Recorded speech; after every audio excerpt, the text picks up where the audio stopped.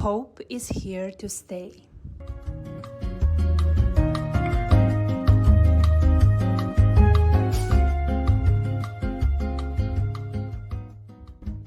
One feeling that never leaves us, no matter how much we think we lost it. Sometimes it is blurring our clear and painful view of reality, in which case we are trying to remove any signs of presence of it from our hearts and minds. However, the truth is, we are human beings that live and continue to fight and persist in this broken world only because that one thing. It is called hope.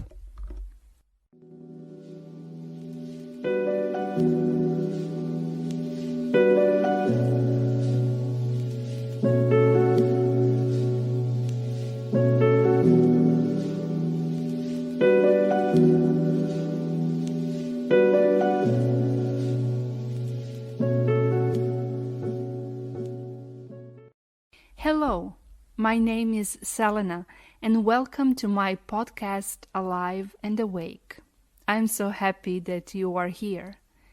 I am a scientist with a PhD in biochemistry that is interested in how human brain functions at a biochemical level and how our brain's wiring expands towards total awakening.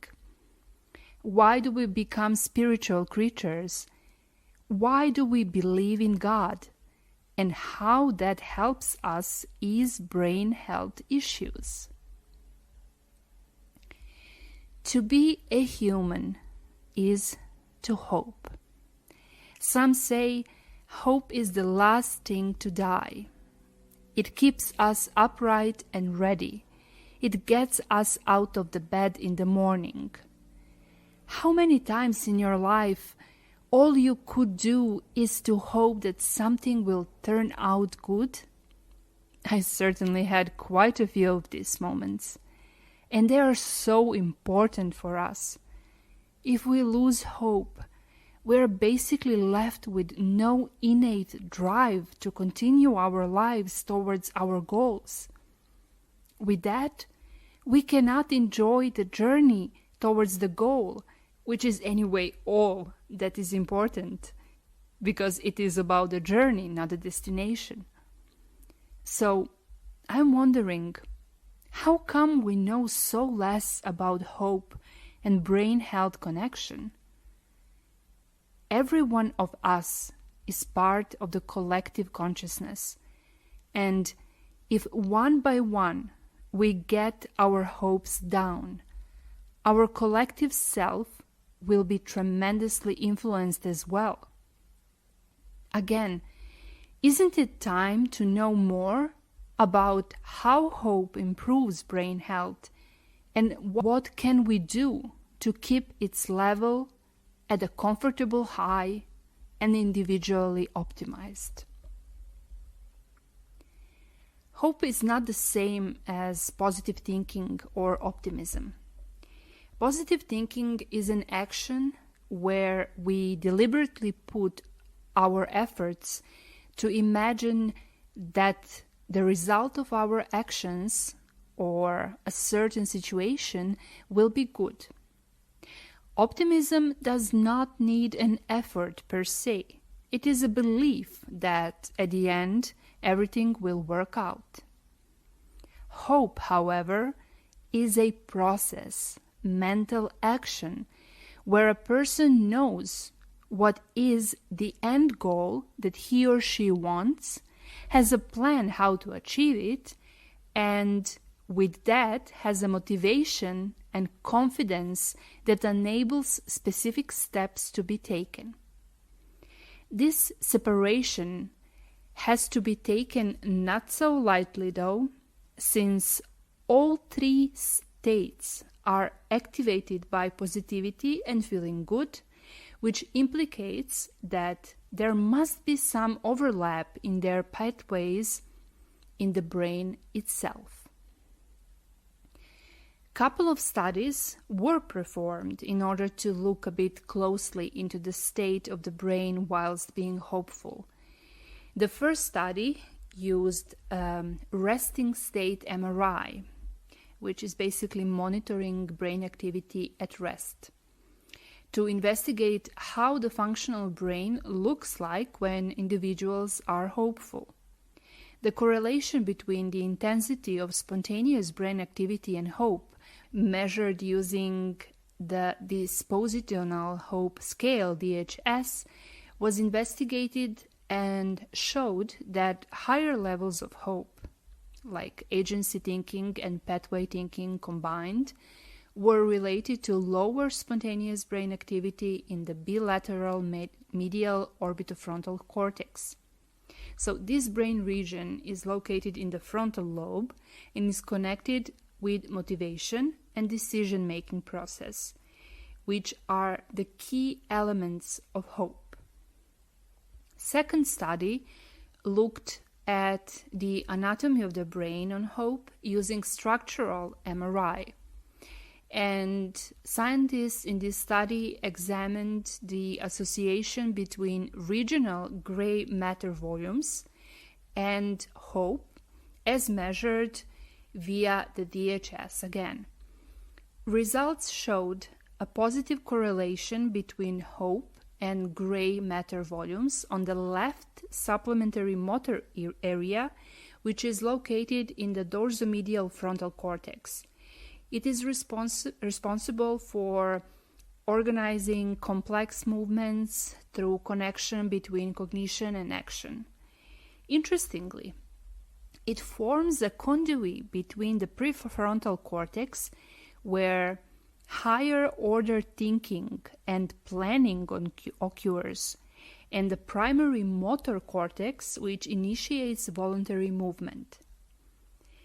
So, since the supplementary motor area is involved in goal-directed behaviors, it makes sense that it is involved as a part of the hope pathway too. However, no connections between gray matter volumes and the individual components of hope, already mentioned agency thinking and pathway thinking, were found. In conclusion, hope should be connected with the net in the frontal cortex, like the prefrontal cortex, which is found to be important in the states of optimism and positive thinking. When talking about neurotransmitters that are linked with hope so far, it comes with no surprise that those are the same ones that are used in therapy for depression and anxiety disorders. Main hormone that one study connected with hope was dopamine. One study found that improving dopamine function increased prediction bias in an optimistic direction. As there is the overlap in the networks of hope, optimism, and positive thinking, there is a high probability that dopamine contributes to the expression of hope as well. Other hormones, like oxytocin, norepinephrine, and serotonin, have been linked to feeling positive emotions and stabilizing the mood, and also they might help to increase the sense of determination, happiness, and hopefulness. However, is the hope always a positive tool to use? Some would argue that hope exists in two types: true hope and false hope. True hope that comes from an individual was briefly discussed in the beginning of this podcast, and it provides belief that the end result would be the desired one and influences the person in a positive way. False hope, on the other hand, is a negative type of hope, since it brings disappointment and frustration when the desired outcome does not materialize. It comes from the too broad of expectations or false expectations.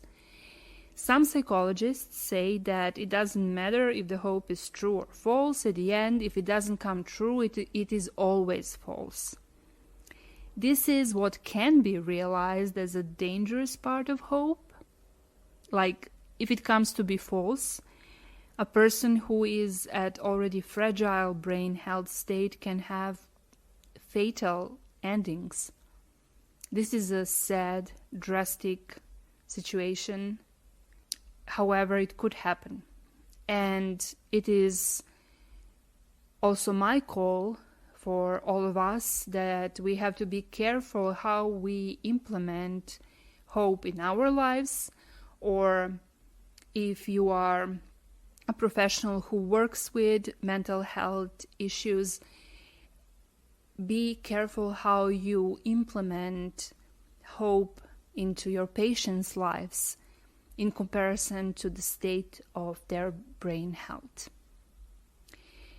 It has been showed that a person's hope that an experimental treatment may prolong or improve, or both, his or her life can only be called false when he or she thinks that the changes of personal benefits are greater than those estimated by experts/doctors. So, if he or she does accept doctors' opinions, continuing to hope can be realistic. In other words, hope is realistic if it contributes to realizing what the person wants to achieve in his or her life. I want to mention briefly another type of hope, which is not scientifically mentioned, but it is a hope type that a lot of people are implementing in their lives, including myself. And that is hope that comes from our religious state of mind. And I will just mention a biblical hope, since that is the type of hope that I know to talk about. Biblical hope is foundationally more than a faint wish for something. It is more than moral expectations, more than motivation for a choice of action. Biblical hope is a confident expectation of a guaranteed result that changes the way you live. Biblical hope is a never-ending source of love and support. I find this description of hope so gentle and yet so powerful at the same time. And I would love that we all could look at hope as a river of possibility and power. Hope as a beginning and ending point of each of our lives. Hope that really changes the way we live in the most positive way. That there is no danger in having wishes, having confidence, and some expectations.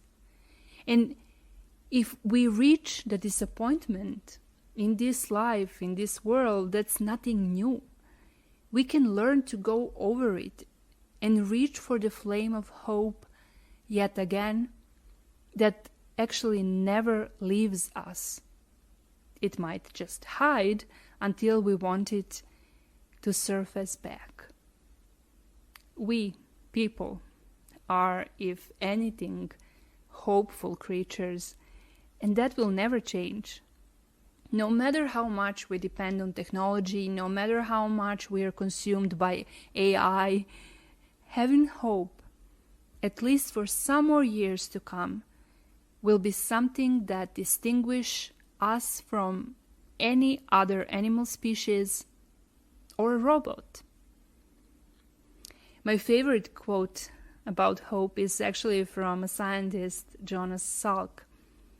And he said, "Hope lies in dreams, in imagination, and in a courage of those who dare to make dreams into reality.